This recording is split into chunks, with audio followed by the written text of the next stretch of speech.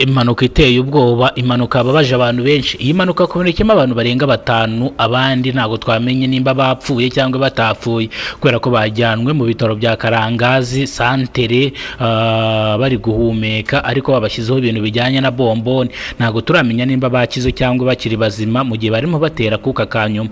Ni mu gihe iyi modoka yagonze iyi Rava 4 yari mu bwoko bw'ikamyo, niyo mpamvu aba bantu bakomeretse barimo ino Rava.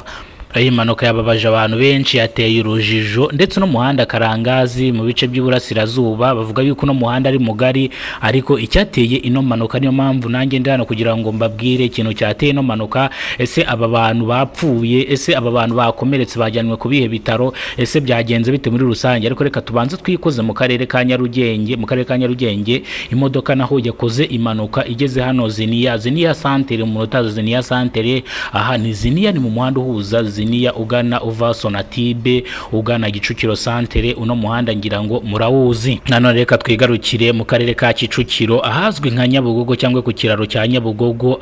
Iki kiraro cya Nyabugogo, iyi ni Nyabarongo. Nyabarongo iragenda igahuza Bugesera na Nyamata cyangwa Bugesera na Kicukiro. Ahangaha Nyabarongo ubwo imodoka yahiye, iyi modoka iri mu bwoko bwa Daihatsu. Iyi modoka yari yikoreye ikintu cyitwa karoti zishuye mu mujyi wa Kigali. Nibwo ino modoka yashyaga, abantu bakahita baza kuzimya cyangwa kizimya mwoto zikaza kuzimya. Nababwiye ko ndi baramburiye mu bice cyangwa mu ncama kiri buze gukura, ariko iyo nkuru nayo ndaza kuyigarukaho mu kanya. Ariko inkuru nyamukuru, ingingo nyamukuru tugiye kwigaho cyangwa inkuru tugiye kuvugaho ibabaje cyane, ni inkuru ya Nyagatare hano Karangazi. Iyi mpanuka yabereye Karangazi, ni ukuvuga ngo nje kuyirambura mu buryo burambuye, ariko njye ugiye kubagezaho ino nkuru nitwurenzwe n'Imana Emmanuel. Muri bwo bwa mbere shigera kuno muyoboro wa Kidasamura Movie, ndakubwira ngo kora subscribe kugira ngo tujye tubana umunsi ku munsi. Ni mu gihe ino modoka ya Nyagatare yavaga Karangazi cyangwa yavaga Karangazi igana muri Uganda.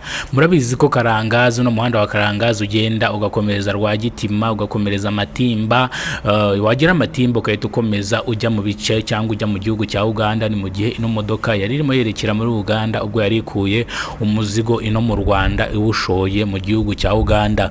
No mu gihe nanone ino modoka yari irimo iva mu mujyi yerekera mu bice bijyanye na za Nyaruhango cyangwa Nyaruhanda. Umuntu utazi Nyaruhanda, urabona iyo ugeze hano neza hano Kayonza hari satire yitwa Nyaruhanda, umanutsemo gato iyi modoka niho yari igiye ijyanye bano bantu mu bukwe. Nubwo batagezeyo amahoro, bamwe bakomeretse bakaba basigaye hano mu bitaro bya Karangazi, mu gihe imodoka yateye breakdown ikajyanwa kugira ngo sirasi muri rusange izabashe kuyikoresha. Twavuganye n'abaturage bari baraho hafi, gusa nabo bari bafite agahinda n'intimba, bameze nabi. N'abaturage batari bishimye kubera bitewe n'ibintu bari babonye. Nibwo bwa mbere bari bongeye kubona indi mpanuka nk'iyi.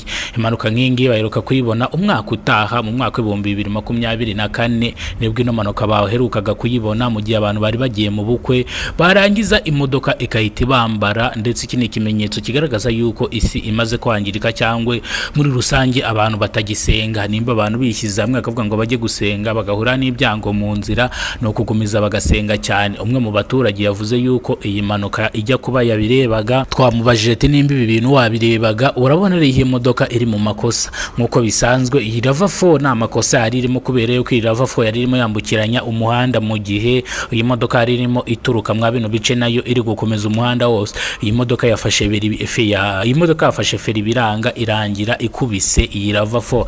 Rava 4 irangije iribiranduka, yikaraga kabiri gatatu yikubita hasi. Abari barimo bishwe n'ibirahure, nako sori ntago bishwe, bakomerekejwe n'ibirahure. Abandi bajyanwa kwa muganga kugira ngo barebe nimba nta kindi kibazo cyangwa batangiritse, kugira ngo babashe kuvurwa, babahereze ubuvuzi bw'ibanze. Mu gihe Kidasamura Movie abararikiye kugumiza mwumve ano makuru mu buryo burambuwe. Turaza kubatangariza ibisubizo biri buve kwa muganga, nimba nta wapfuye cyangwa bose, nta n'uwacitse akaguru cyangwa nta wakomeretse bihagije. Turaza kubirambura mu buryo burambuye, natwe dutegereje ibisubizo byo kwa muganga. Murakoze cyane, Imana ibarinde. Nongera kubabwira ngo icyumweru cyiza, abana ejo muzatangira akazi. Imana ibarinde kandi ibahezagire, ibahereze umugisha muri rusange. Kora subscribe rero kuri Kidasamura Movie kugira ngo tujye tubana umunsi ku munsi. Murabizi ko Kidasamura Movie ari ihuriro ry'ibyegeranyo cyangwa ry'ibiganiro cyangwa by'amavideo mu buryo burambuwe. Tubategurira amakuru meza cyane kandi yizewe.